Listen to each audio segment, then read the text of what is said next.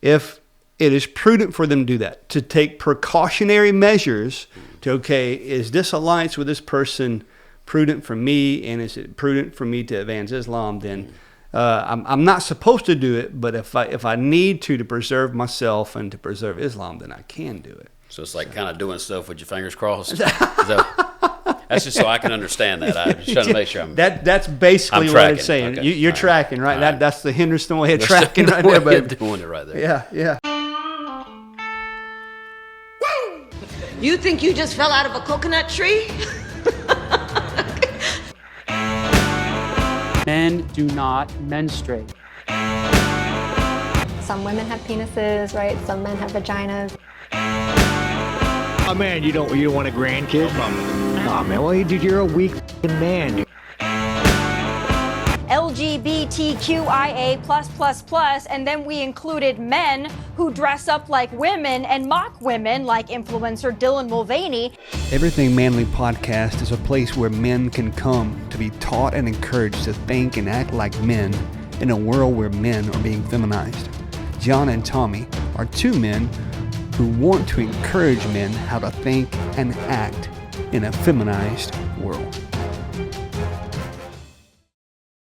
Hey guys, welcome to another Everything Manly podcast.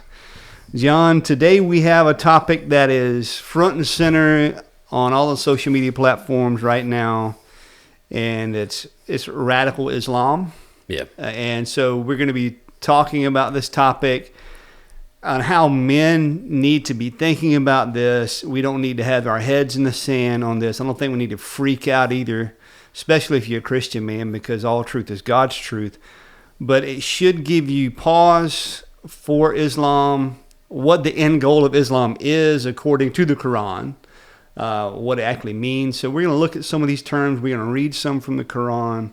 But thank you for joining me for this not so easy topic. But hey, men, we face this stuff head on.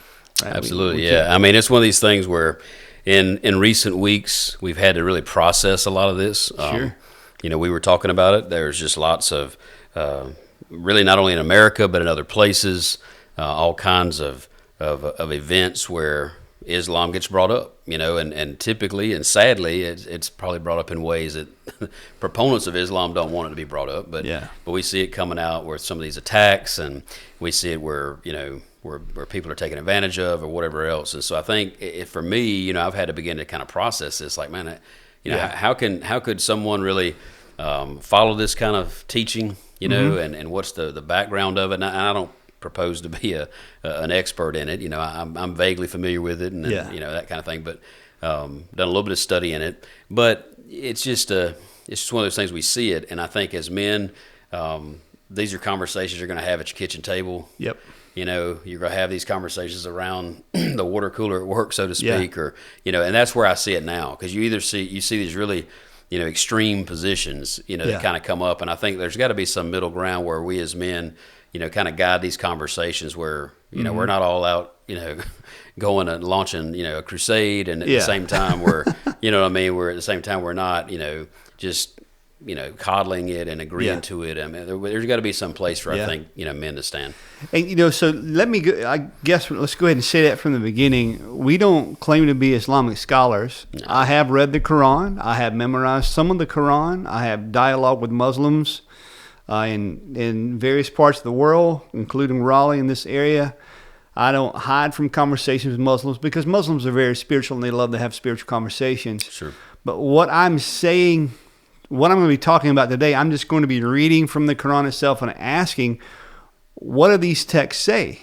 Because I have never had one Muslim I talked with said, well, it does not mean exactly that. I mean, I've had some Muslims say, well, that talks about an internal jihad, not an external, but there are verses that talk about the internal jihad. There's no doubt, and we're going to reference some of those today, but the verses I'm going to read you today, if you've never read the Quran, you are going to be shocked by it. Now, once again, I just picked these verses. There are other verses in the Quran. I can't say that they're not, because there are, but I'm going to read specifically these verses that help us understand why these men who are radical Muslims are doing what they're doing. Because, I mean, as somebody who doesn't know anything about the Quran, or somebody who doesn't know anything about radical Islam, you may sit back and go, well, why is that person in Australia going to a park and just shooting people at random? Right. Why is that person in England raping that girl and getting his lawyer to back him up, saying, well, women don't have value and are not as equal as men in their culture, therefore we can't hold this Afghan refugee to our same laws here in England. Right. Trying to help you people think, or whoever's listening, you men think, or begin to think like a Muslim and see why they're doing what they're doing. I don't agree with it. I think it's completely wrong, but you'll see what motivated them to do it. Yeah, and I think with those passages we've talked about, we've looked at a few of them, and like you say, in the Quran, it's their holy book, and it's extensive in some degree. I mean, it's more than a page or two. You know what I'm saying? Yes, like it it's is. a sacred text, but for them, but I think like anything, some of these passages in particular, these are the kind of text that lend themselves, I think, to people that are willing to be radicalized. Yeah. And that's the issue. I think that's the bigger issue for why we see it in the real time, is that there's someone who, in their thinking, they read this, Now, you could argue, well, that's potential for everybody that's Islamic. Yes. But, at the same time, I think it'd be unrealistic to think every Muslim, would practice it in this way. But now, in full disclosure, I think the Christian worldview is the only worldview that's accurate and true. Amen. I think every other religious worldview is deficient. And I mean, I'll be honest. I mean, upfront about that. And this is the fruit of that. Right. Exactly. Yeah. So whether it doesn't matter, if it's Hinduism, Buddhism, Islam, whatever, those worldviews have deficiencies in them that I think Christianity, because it's based on the truth of God, it overshadows them. But at the same time, this particular worldview is the kind of worldview that you see, unfortunately, when you go back 10, 15, 20 years, and you look at almost every one of these attacks in whatever country it's in, you don't see it being Buddhist monks. You don't see it being Hindus. You know what I'm saying? Whether you like it or not, there's a lot going on here where you go, there's something about the teaching that's leading the people to act. And I think that's the part where you have to just be honest. I mean, if you're a Muslim, you got to be honest, about that and say, man. And I guess they could argue and say, well, yeah, Christians do evil things too. But at the same time, I think that's the thing that distinguishes them from some of these other worldviews. Yeah, and I am going to argue today, if we're taking these verses literally, which I think Muhammad, when he wrote these verses down, or however you want to word that, I think he meant these verses literally. Right. And so I would argue that the jihadists are the ones who are being true to the text. The liberal Muslims who aren't applying these literally, I think they're the ones who are not being true to the text. Now, I prefer to have a neighbor, if I had a neighbor who was not taking these verses literally. Right. I think anyone in America would. Sure. I'm just simply saying that if these texts are to be taken literally, which I don't think there's any other way around it, the wording, as you're going to hear, is straightforward. Now, if you disagree with me, please leave a comment on YouTube. If you're a Muslim listening to this and you disagree with me, hey, teach me something about the Quran. I don't know, but we're going to read these verses. We're going to talk about them. We're also going to talk about what the word Islam means. We're going to talk about Sharia law. So since we've got this thing prefaced, and I think we've got the ball set up, now we're going to begin to kind of simply move the ball down the field to see where we go with this thing. Sure. So I titled the podcast "The Gold of Islam and the Liberal Imposters." So I would say that people who aren't applying these verses are simply basically like false convert Christians, right? They say they're Christian, but they're no difference in their life. They're just very, very liberal. They don't apply the scriptures to their life. So I would say people who aren't really applying these verses literally aren't really following the Quran the way the radical jihadists are. Right. Now, once again, if you say I'm wrong, hey, I'm open for correction. I'd just like to have some dialogue there with you. So. Islam simply means to submit. Okay, so ultimately, Muslim would say they're going to submit, or they are submitting to God. And I think a lot of that motivation that we see in these shootings, in these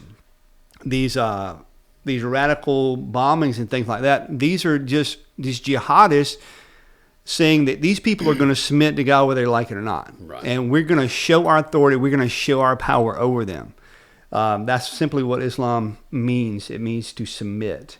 Now, once again, I would say the more liberal Muslims would say, well, that means submitting to God, physically ourselves, and then everything else working out like that. But I do want us to understand that according to the Quran chapter 16, verse 106, they can lie if their life feels threatened in order to advance Islam. And so I'm going to read it for our audience to hear. Whoever disbelieves in Allah after his belief, except for the one who is forced to renounce his religion while his heart is secure in faith. But those who willingly open their breast to disbelief, upon them the wrath from Allah, and for them is great punishment. So you get what the text there is saying, that if a Muslim's life, if they feel threatened, then they can lie to your face as long as they're still sincere to Allah in their heart. Right. That's a concern. Right. So a Muslim, John, can come and if you are any way, shape, or form are threatening his life, he can come and lie to you, or if his life feels threatened. And so what I want to do is back up and look at this thing bigger. So any group of Muslims who feel that, well, that country's laws makes me feel threatened. Right. I feel like I am not able to advance the Quran. I'm not able to submit to God. I'm not able to encourage others to submit to God by these laws. Well, I'm secure in my heart, but I can manipulate and I can lie. Right. To advance your purpose. To advance the purpose. Right. So am I think I'm taking it too far? I mean, I could see if someone feels like their religion is being threatened or their religion can't grow, their Islamic belief can't grow. Well, I can slide it in and I can kind of lie and manipulate as long as I'm still staying sincere in my heart. Right. That's what concerns me so much about the leader of Saudi Arabia. You know, if you look at him, he's all buddy-buddy with the United States, but I mean, could he just be looking out for the Muslim community and looking out for the advancement of Islam? I don't know his heart, but I do know what his book says. Right. Right. And so go back and read that verse, that book and verse again, Quran chapter 16, verses 106. They can make alliances with unbelievers if they think their life is threatened. You know, we just talked about the leader of Saudi Arabia. The Quran chapter 3, verse 28. Let not believers take disbelievers as allies. Okay. Rather than believers. But whoever does that has nothing with Allah except when taking precaution against them in prudence or fear. And Allah warns you against himself, and to Allah is the final destination. So if it is prudent for them to do that, to take precautionary measures to, okay, is this alliance with this person prudent for me, and is it prudent for me to advance Islam, then I'm not supposed to do it, but if I need to preserve myself and to preserve Islam, then I can do it. So it's like kind of doing stuff with your fingers crossed.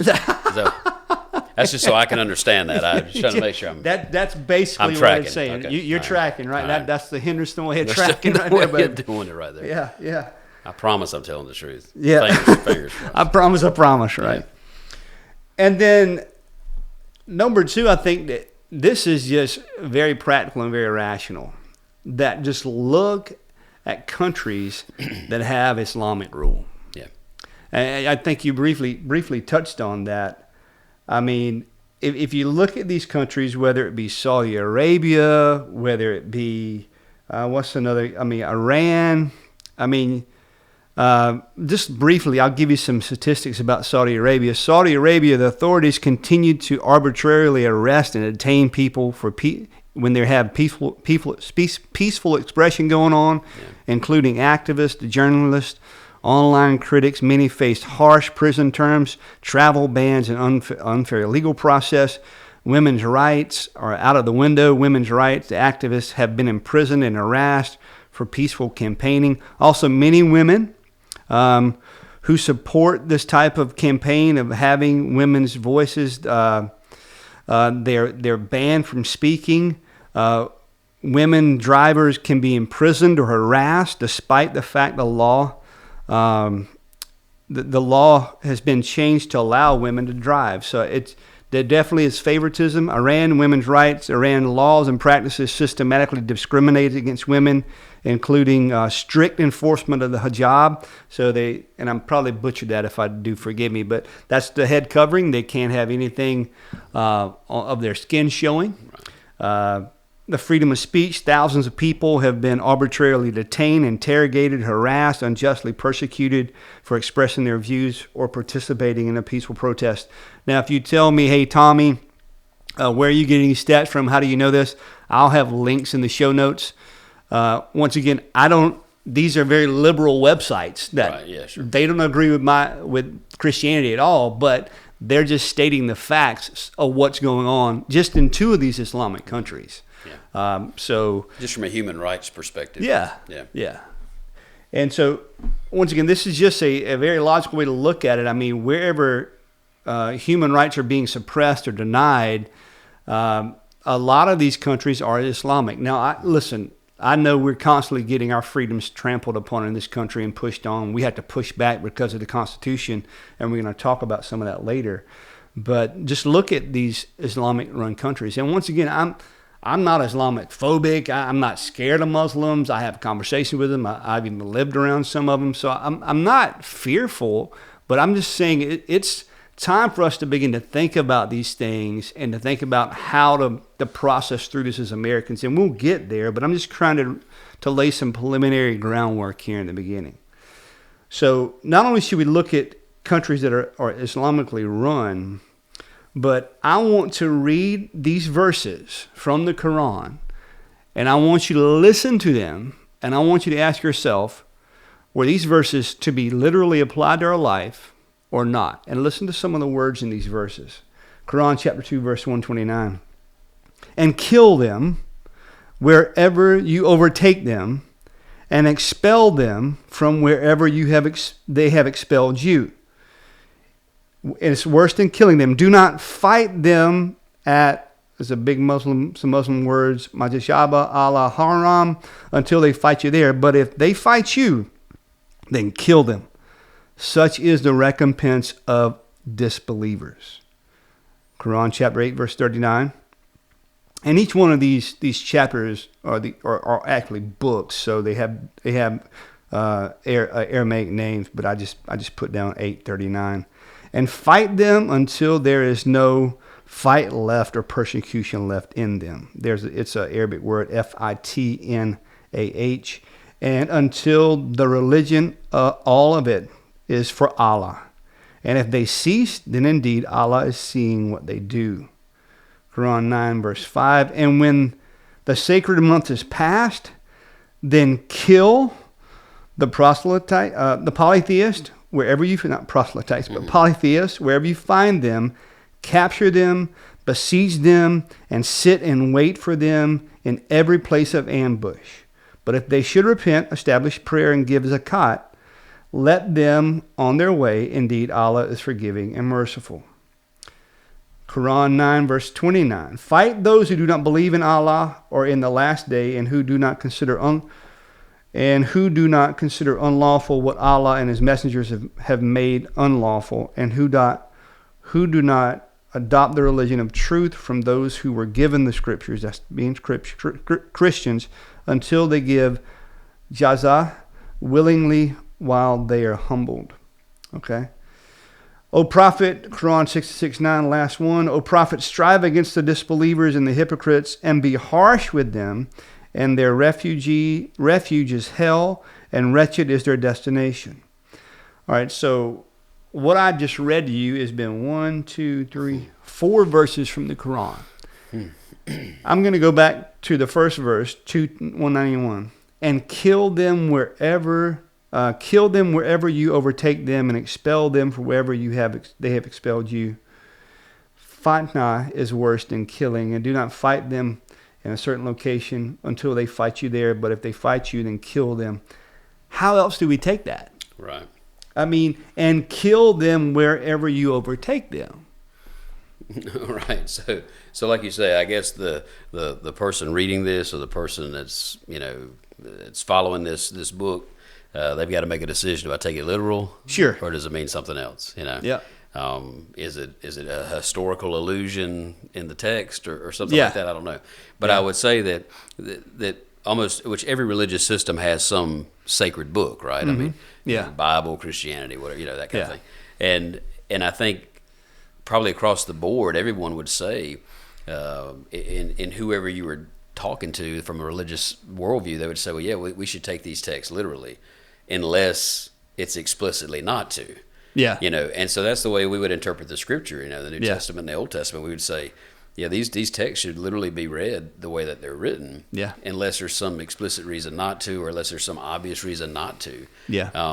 And yet, you see a text like this, and I don't know, I don't know how else you would read it. Yeah.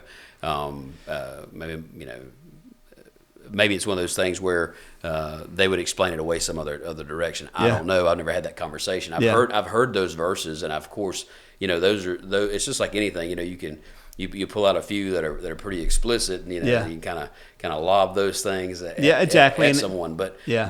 I would. I'm sure there's an Islamic apologist. Who can reason it away. Who would give you a reason why it doesn't mean what you think it means. Yeah. But I agree that if you're just someone who's nominal, who then moves from nominal to devout, and you start devouring a text like that, then it helps to explain why you might ideologically see there'd be a disconnect between what I'm saying I believe and then out here harming or causing violence, and you just go, well, no, it's not a problem to do that.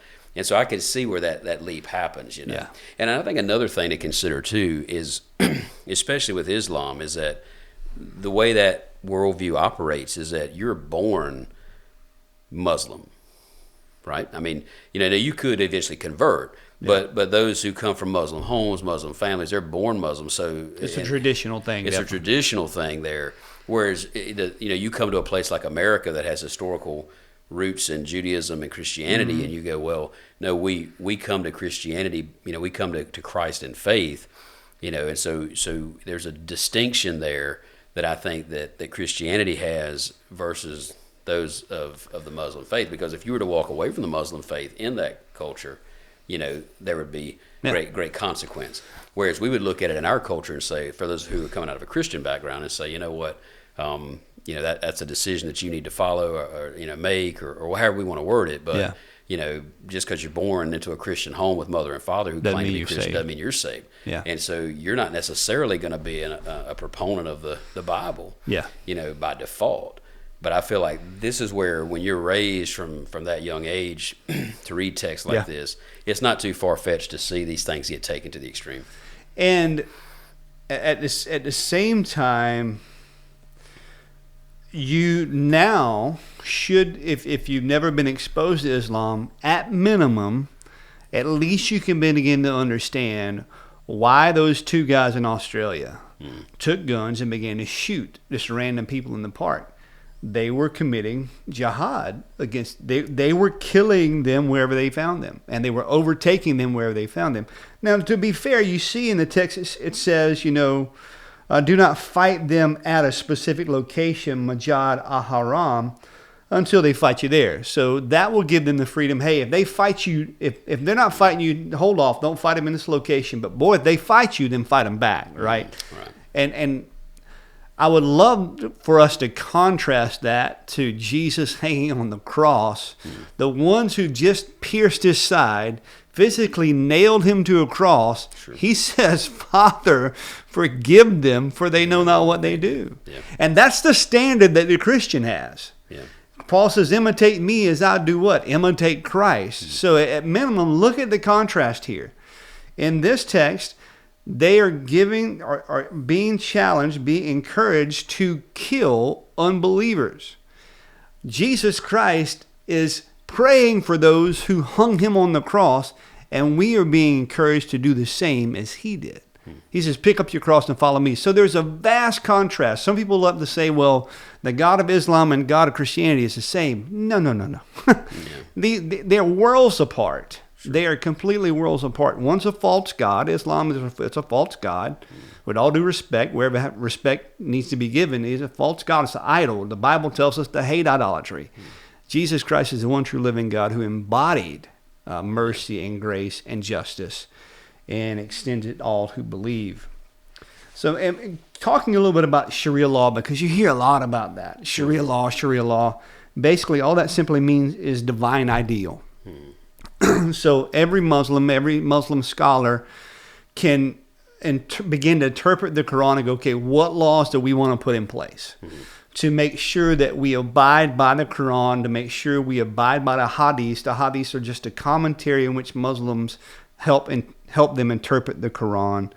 So the main source of Sharia law is simply Muslims interpreting the way they want to apply laws in their countries to make sure that they once again abide by the Quran. Which is where some of the stuff comes out about the treatment of women, the treatment of, whatever. I mean, and that's kind of what you were getting at earlier. But that's just to say, like, that's sort of what Sharia law is. Sure. Is to say, well, we believe the way to obediently be faithful to this book is to do these things. And we look at that and we go, wow, that's kind of totally different than what, culturally speaking. That's a square peg trying to go in a round hole. That's not going to fit here, bro. And the difficulty happens, of course, is like what we're seeing now is through the process of people coming here, immigration, whatever it might be. And we'll get to that. And then like trying to establish that in our culture. Yeah. And that's where we begin to see the big rub. Mm-hmm. And let's talk about the young lady that got raped in the UK by the 2 Afghan refugees. And all the lawyer was doing that was defending the Afghan refugees is coming back to the Sharia law idea. Right? That he was arguing from their divine ideal, right? Which is women have lesser value, according to the Quran. So the lawyer is arguing, right, that women are not held on the same level as men in these guys' culture. Therefore, the UK can't hold them to the UK standard. You have to hold them to their culture standard, which that is advancement of Sharia law right there, just in the argument, right? That's that divine ideal for Islam. Now we're going to come and try to apply that divine ideal here in the UK. And that's where the people of the UK have to go, wait a minute, we have laws here, and we're going to apply these laws. Right. They're going to have to, and we'll talk about this later, they're going to have to assimilate to these laws. They can't come here and detonate their Sharia law and dominate with their Sharia law. They have to, and the lawyer shouldn't even be allowed to argue from Sharia law. But anyway, we'll talk about that a little bit later. So I think that's why. So at minimum, you should begin to understand, okay, these are why these people are doing what they're doing. Right. They have the framework within the Quran to do it. Now, some Muslim friends may disagree with me and say, Tommy, you're just completely wrong. You interpreted the passage wrong. Well, what does the passage say? When the passage says, kill them wherever you and overtake them. Well, and I think even if you were to argue and say, hey, Tommy and John obviously don't know what we're talking about. Yeah. I mean, fair. Yep. If they were to argue that, if you were to ask the people that are committing violent acts under the name of Islam, they would say, no, that's what we thought it meant, right? I mean, and that's the real issue, though. Yeah. It's not so much what I think or what my friendly Muslim friend thinks. That's kind to me. Mm-hmm. But the people that are reading this text, they really believe this is the interpretation. Yeah. And that's the problem. And that's the real issue we've got to address in America and our, that's our context, but or anywhere, I suppose, but especially here, is to say, how do you navigate, how do you tell the difference when you've got this mass infiltration of people, whether it be legal or illegal immigration? Yeah. How do you tell the difference between, well, this is someone who wishes us harm and this one's someone who doesn't? They're looking for opportunity or whatever. Like a woman who might say, I'm truly an asylum seeker. I just want to get out of this environment that I'm in. And I think that's where the issue comes. And I think the key phrase that you mentioned is assimilation. And it's how do we handle assimilation? Yeah. And we'll talk about that more. I'll share a story with you. I was back in the UK preaching at Stratford Station and Piccadilly Circus, and I got walking pneumonia. Didn't know at the time, So I had to go to a doctor over there, a doc in a box. And I walk in, and he looks like the mad scientist. I'm not kidding you. His office was disheveled. He had stuff here, had books stacked up on the desk.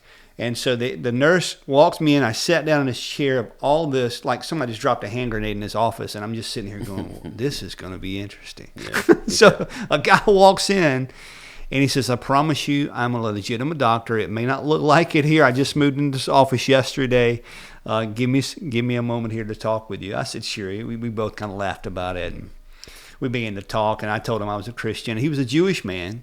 And so I began to witness to him. He listened, and he actually wrote Isaiah 53 down in Hebrew and said he was going to go back and read the Hebrew text. Praise God for that. Yeah. But he said, one thing I like about you, young man, he says, you Christians will pray for me, but there's some Muslims that want to kill me, right?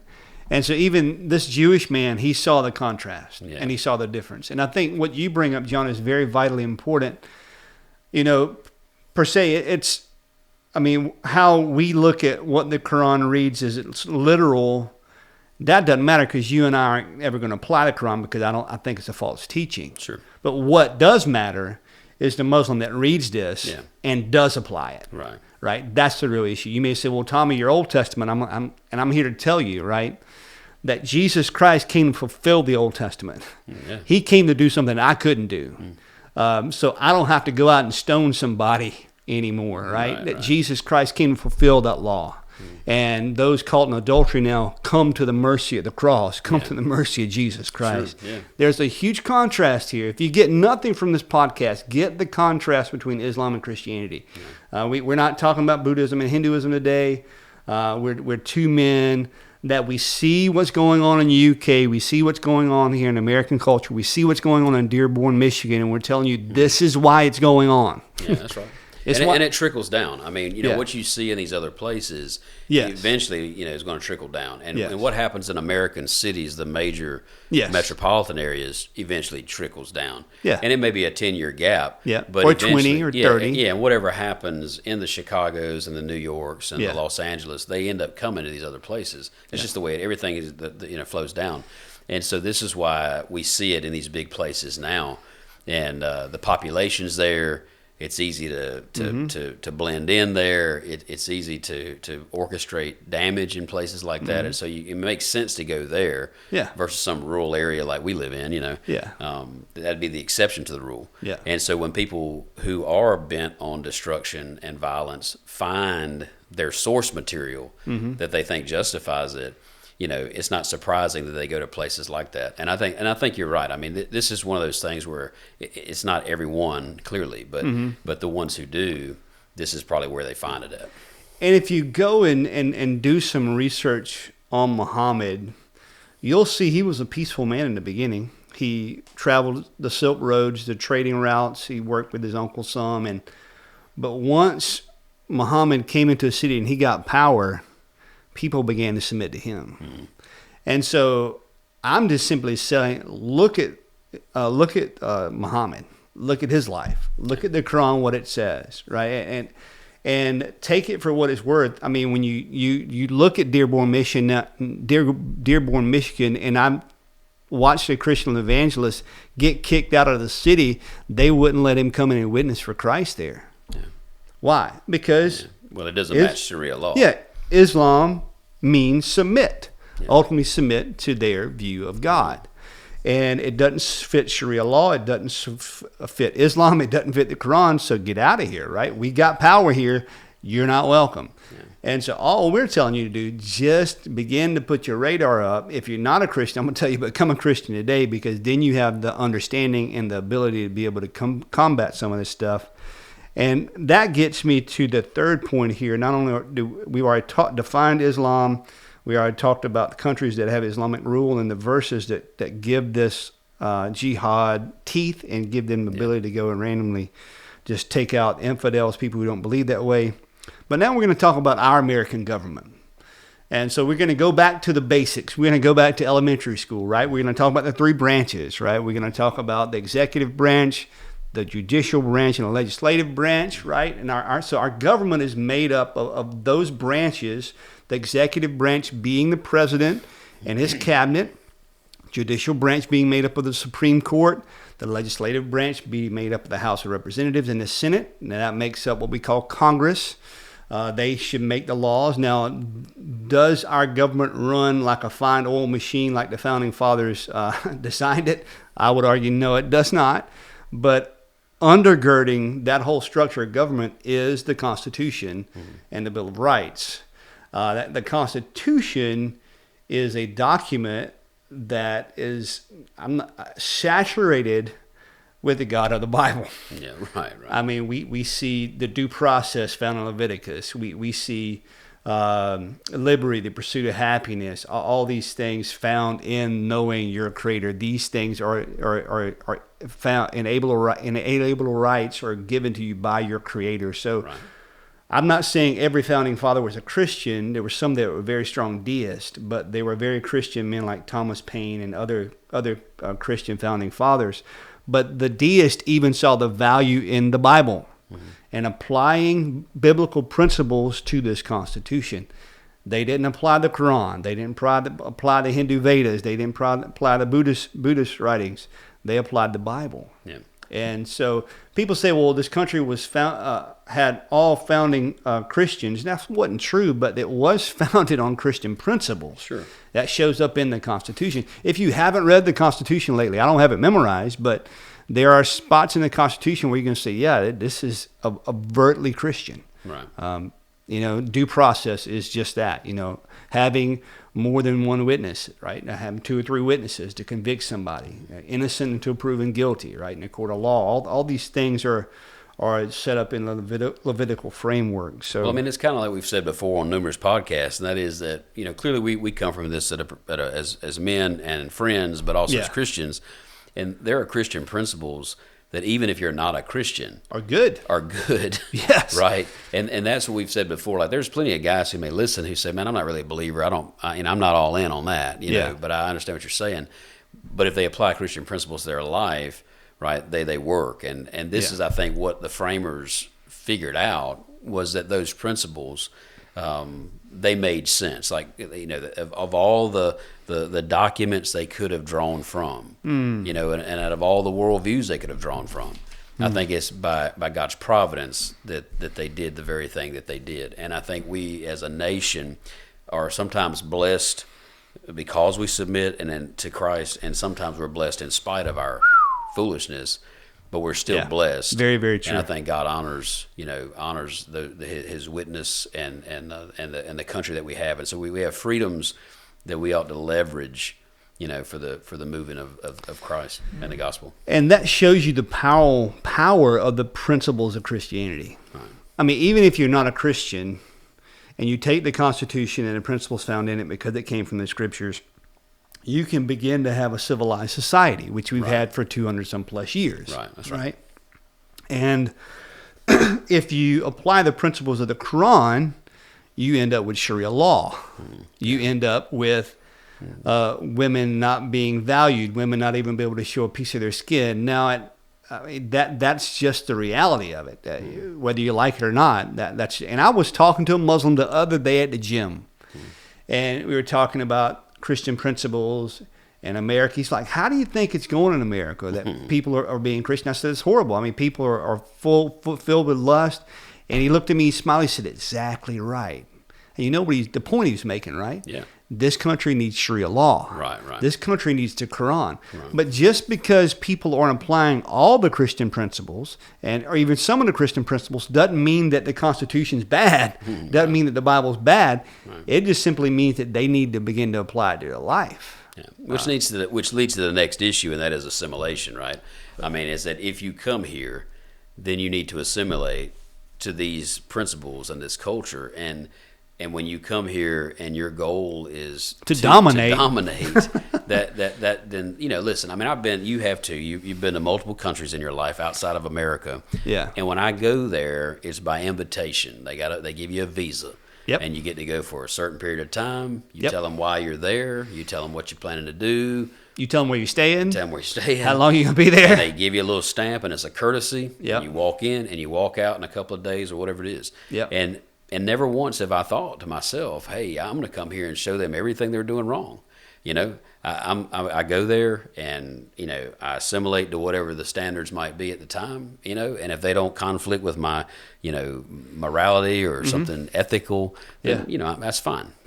If they eat in a different place than I eat, or they sit on a different stool than I sit on, or what, then fine, you accommodate. Yeah. You don't come in and say, you've got to do it my way. And I think this is the rub, is that we're not talking about violating meal prep principles. We're talking about people willing to harm Americans, for the motivation of, I believe, a misguided interpretation of a text of Scripture. To say, hey, we're gonna harm you because we're trying to motivate, through violence, the moving forward of our religious beliefs. And I think that's where, the position we have as a country. And I'm no, expert on politics and policy, but that's where it seems to be, because the way that the way we're looking at it now under the current administration is, well, then if you don't want to have Islamic extremists, you just don't let anybody that's Islamic in. Yeah. Right. You can make it zero. Yeah. Because if all the Muslims are out, then there ain't none in. I get that position, but there's no nuance in that. Yeah. And I don't know the best way to move forward with that. Yeah. But I know there ought to be a space for some nuance to say, well, not every Muslim is this way or whatever. And I don't know how you fix that. Sure. However, I would think it'd be a lot easier nowadays than it was 10 or 15 years ago. Yeah. I mean, most of us in my generation became really conscious of Islam on September the 11th. Yeah, 2001. Right, 2001. 2001, yeah. 2001. You know what I'm saying? Mm-hmm. And so that's when most people, for the first time, put it on the map. Mm-hmm. They go, oh, this is a thing. Mm-hmm. It had been going on for years around other places. But in our country, we were always, it wasn't a big deal. And we saw it lived out before our eyes. Yeah. And I think that's when most people in the last 20-some years were like, hey, man, this is something we got to pay attention to. Yeah. And like we said earlier, eventually this stuff trickles down. Mm-hmm. And now here we are 2.5 decades later, and we go, wow, it didn't get any better. Yeah. We're still seeing people getting harmed, and for the purpose of a religious cause. Yeah. Yeah, I think the point you touched on, assimilation versus domination, is huge. But I want to back up just for a bit and get back to your point of how we can think through this thing moving forward. Yeah. But I want to talk about and brag on my Lord and my Savior and how Christianity works. Mm. So going into these countries, let's say I go into the country of Mozambique, which is, I'm going to not say what political party it is, and I go in there, I have to give everything I'm doing there, where I'm staying, how long I'm going to be there, all the above. I can go in and I can assimilate that country because I know the power of my God to change hearts. Mm. Right? I don't have to come in there and force my hand physically. Right. I don't have to come in there and change government laws, although if I could, I probably would. Sure. But I come in there, share the gospel, and then God starts changing the hearts, and the people are changed from the inside out. That's right. That's the difference between Christianity and Islam. Absolutely. Right? Islam is all about physical force. We're going to make you submit to this book. We're going to make you submit to God. We're going to make you be transformed. And if you don't, then the radicals can say, hey, I'm going to take you and I'm going to kill you. Right. I'm going to chop your head off, what it may be. And so there is a difference there. And so if you're a Muslim wanting to come to America, I'm going to encourage you, you got to assimilate. This is how our country was founded. It was founded on freedom of religion. Yes, it was. Was it founded on freedom of expression? Yes, it was. Was it founded on freedom of speech and freedom of religion? Yes, it was. It's found in our amendments. But it also was founded on the Bible. So if you want to come in and assimilate, I'm fine with you practicing your religion. But if you're going to come into our culture and say, no, we're going to have Sharia law, we're going to apply the Quran, we're going to take control of this government, we're going to take control of these people, I'm going to tell you, you are going to get pushback. Yeah, that's right. Yeah, sure. You're going to get pushback. Now, can I say if you get enough Muslims in one area and you guys take over the government, well, I mean, what can I do about that? That's just the process, right? Mm-hmm. I'm going to push back against it as much as I can. Right? I don't want Sharia law in our laws. I don't want it in our Constitution. I don't think it's good for our culture. I don't think it's good for people in general. Yeah. it takes people's rights from them. That's just, and I've read some of the reasons why. So, and it's a manipulation of the system that we have. Like, that's the thing. The reason that can even happen in America is because we have the ability to vote. And freedom of speech. And the freedom of speech. You know what I'm saying? And so it's like this manipulation of the system where you go, well, like we said earlier, maybe I come in stealthily. Yeah. Right? Can manipulate and lie. I can come in and deceptively win a political office at maybe a local level, a little town, a mayor thing, whatever. But I mean, we see it even now where we have Muslim members of our Congress, at the highest levels of government. That we've got people like that now, and not trying to be ugly in any way, but the things that they promote and the policies that they're in favor of are clearly policies that I would disagree with. The things that they're promoting, and so it would be to me the kind of thing where I would see that and go, well, I don't want to vote anybody else in that believes that exactly. way. And that doesn't mean I have anything personally against the individual. That person, yeah. It's just me saying that ideology doesn't seem to be welcome to me. I mean, that whole welfare scam up there in Minnesota with what's going on there with Tim Walz and others. Was she a House Representative member or a Senate? I can't remember the one. Yeah, she's in a rep. She's one of the reps from Somalia. Yeah. I mean, and caught up in all this scam. I mean, yeah, we don't want those. Now, I can't say that there aren't people who claiming to be Christians that didn't get caught up in a scam, because maybe there are. Oh, but sure. Then you got to ask, are they really a Christian? Right. But I can tell you, none of this stuff is going to be good for our country. So I would encourage you, assimilate, to learn our language, learn our history, learn how this country was founded, learn the tensions that this country had with the Civil War and the Revolutionary War, how we got our independence, learn all these things. And if you want to assimilate and be a part of this country, thumbs up, come on and be a part. But I can tell you, if you're going to apply your Sharia, try to apply Sharia law, you're going to try to make us submit, try to keep killing people at random, you are going to get resistance from the American male.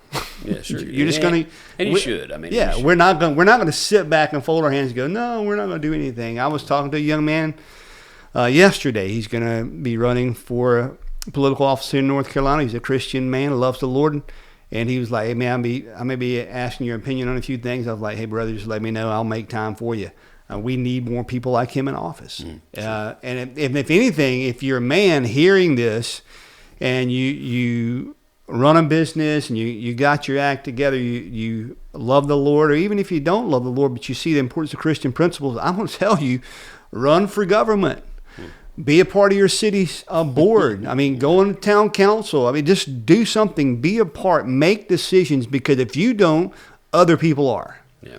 And so that's where I'm going to kind of, moving forward, this is how I think we ought to, in my opinion, how we should handle it. Assimilation, not domination. If you're going to come in here trying to make us submit to these laws, to make us submit to the Quran, you're going to get pushed back. And godly men in general who see the importance of Christian principles aren't going to let this happen. We're to do it respectfully, lovingly. We're to be truthful and God-fearing men. Yeah. We're to do this in a kind, organized way. But we're not going to take it sitting down. Yeah, and I think just my encouragement would be to guys, the nature of most men, I guess, the tendency would be to just fall asleep at the wheel. Yeah. And just be like, whatever, it doesn't affect me, let it go. Yeah. And I think that'd be my encouragement, is just maybe now we're in a season where putting your radar up, listening to things, maybe hearing what people are saying, making the connections between, well, if that's your real way of thinking, then that's going to lead from here to here. And I don't know if I want to go. Like, those are the kind of things where, rather than, because I have conversations sometimes, and you'll talk to some guys like, man, I don't know. I don't keep up with that stuff. I don't pay attention. I don't do, whatever. Yeah. And I know that's just, we got other things on our mind. But I think we're living in a time now where it'd be helpful for a man in his home, his community, as a leader, to say, you know what, I'm paying attention. I know what's going on. Again, like you said earlier, not in fear and the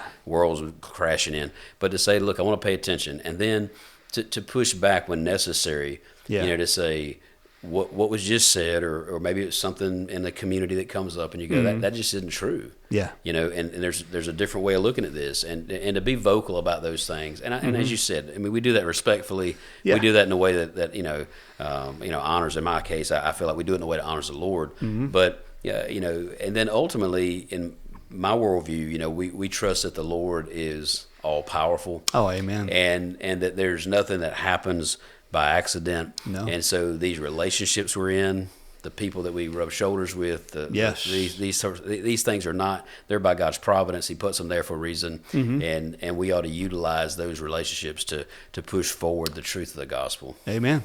Amen. And that's what I think men ought to do. Yeah.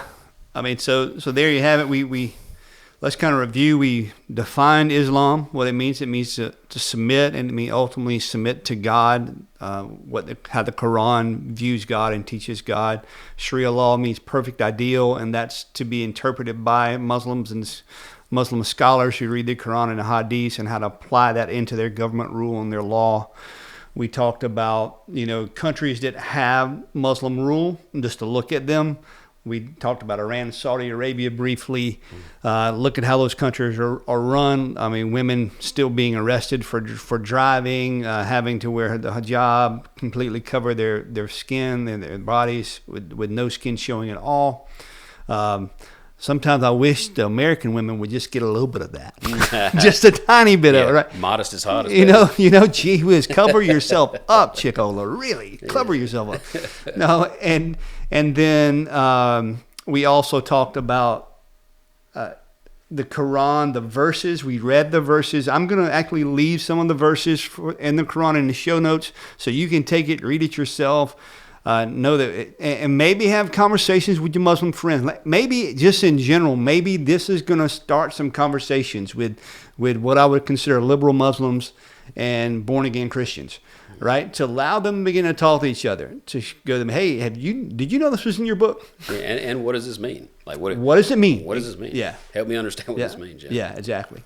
And then we talked about America, how it was founded, the structures of government, how it was founded on Christian principles. Maybe not every man was a Christian, but they saw the importance of Christian principles, not the Quranic principles, not the Buddhist principles, not the Hindu principles, but the Christian principles. And then we talked about how to move forward. We talked about assimilation, not domination, right? That if you want to come in and learn our language, learn our history, practice your religion, but when your religion begins to force itself into our government and changing the way we live our life and the way we live and do rules of law, then you're going to get pushback on that. And real men are going to stand up and go, wait a minute, no, you can't do this. And we're going to run for government. We're going to fill these positions and make sure our country stays founded on Christian principles. And really, for all practical purposes, I know why you're reading the text, you want to do it. You want people to submit to Allah. You want people to submit to Quran. You want Sharia law. I understand that. But I'm saying this is where the worldviews collide. Sure. I think your worldview's false, and I don't want it. And we're going to push back against it. And we believe truly in the power of God, that I can come into a Muslim country that allows me in and share the gospel and see hearts transformed. But the issue is, if I were to go to Saudi Arabia, I would eventually get my head chopped off, right? Because it's Islamic rule. And I think what you said just there is critical, and that is, this is a clash of worldviews. It is. It's not really a clash among people directly. No. That eventually it may become that, but ideally this conversation is about a clash of worldviews, and the Christian worldview and how it has affected America and how it affected our Constitution and our culture. Sure. I'm not saying at all we're a Christian nation. I'm not saying that just by default, by living here, you're a Christian. You're not. That's crazy. That's wrong. crazy. Yeah, it's crazy. But clearly there's been tremendous influence in the founding and the perpetuation of this nation. Yeah, and no doubt. And I think for those of us that hold this home dear, we would say, I don't want to see that disappear. Yeah. And in my lifetime. And I think that if we were to go down this path and allow these other worldviews to come in, it would not be the America that we want, and it definitely wouldn't be the America that would last. Yeah. And if you're listening to this, younger people, stand up for Christianity. Preach it, share it, believe it, live it, but also put it in your government. Yeah. Make sure this younger generation coming behind us, make sure you guys see the importance of being in your government. And I was going to say on the assimilation part, for the liberal Muslims who see these radical Muslims, pushing for Sharia law, pushing openly in college campuses to kill Christians or kill people who will not willing to submit to Islam, I would challenge you. Why don't you encourage these people to go back to their homeland? I mean, if they really want to live on the Sharia law, then just go back to your country. Right. Because, I mean, if you think it's better there, you like it better there, then just go there. But I think, going back to the Quranic verses, that once again, they can manipulate, they can lie to try to get the rest of the world to submit to Islam. I know the end goal. The end goal is to get everyone to submit to Allah, to get everyone to submit to Islam. Right. I'm just simply saying here at the end of the show, I've already said it several times, you're going to get some pushback. We're not just going to roll over and go, okay, yeah, we're going to submit to Islam. Right. It's not. Because we believe the power of God to change your heart, whether that be in Mozambique, Afghanistan, Iraq, Iran, wherever it be, God can change your heart. Who knows? Maybe God's changing a Muslim's heart right now just by us talking about this topic and being godly, God-fearing men who aren't going to cower and who are willing to lay the topic out on the table. That's a very uncomfortable topic and to talk about it. Sure. Hopefully you learned something from this today. Hopefully you learned what Muslims believe, what the Quran teaches on an extreme sense, and you see the difference between Christianity and Islam, and you even see the difference within Islam. You see the difference between what I would consider more liberal Muslims and more conservative, straightforward, this is what the text says, and we got to go and apply it. Right. Because there's a difference. Fair enough. There's a difference. All right. Oh, man, we got to talk about, we got the swag in. We did. We got the swag. I'm wearing one of the shirts. You're repping, man. Wearing one of the shirts right now. Here, let me turn around and make sure everybody can see it. They can see it. Don't be a pansy. Don't be a pansy. QR code in the back, right? All right. So you can find these shirts and hoodies. We have hoodies too. Definitely, it's cold time of the year, and I really do like the hoodies. I wear mine a lot. It's that brown. I really do enjoy that color. It doesn't show dirt too easily, so it's something good to have. And you can find this on a Facebook page, the Everything Manly Facebook page. If you have issue with that, we made a website. John's a webmaster. Whipped it right up. Stirred it right up and threw it out there. But we do have a website called everythingmanlypodcast.com. I will post that in the show notes also. I got a lot of stuff to put in the show notes, man. Get busy, man. Just get it done. Do something before Christmas. Get it done before Christmas. All right, so it's called the everythingmanlypodcast.com. You can go there. You can look at how it all started, how me and John think, why we started this whole thing. We're not going to bore you to death right now today. We've already did that in podcast season 1, episode 1. But you can learn about us. You can get your swag. You can review the podcast if it's benefited you. Hey, man, leave us a review, because when you leave a review on iTunes and Spotify, more people get to hear it. More people get to share it. More people get to know about it. You can access all the podcasts from the website. It takes you right over to iTunes or Spotify. What else does it have on it? I think that's basically it, because it's just a podcast website. You have access to our swag. And when we get others like coffee cups and other stuff like that, we want to give a picture of John's face on one side and don't be a pansy on the other. That's right. It'll make you think about it while you're sipping your coffee in the morning. But anyway, so whenever we get new stuff, we'll put it there. So you can always find our stuff at everythingmanlypodcast.com. And we got a Facebook page too. And I think what I'll begin to do is just put up kind of like little short videos, maybe we have a YouTube channel too, so you can, if you're watching this on YouTube, and just give you guys some blurbs to share with your friends on social media platforms. All right, man. Anything we left out, John? I think we've about done all we can do with that one. We've done some damage. We've stirred the pot. We've stirred some pots here. Yeah. All right, very good. All right, guys. You know what we're gonna say? Don't be a pansy. That's right. Go out and be a man. All right, we'll see you next month. Oh, Merry Christmas. See you guys. Merry Christmas. All right, bye-bye.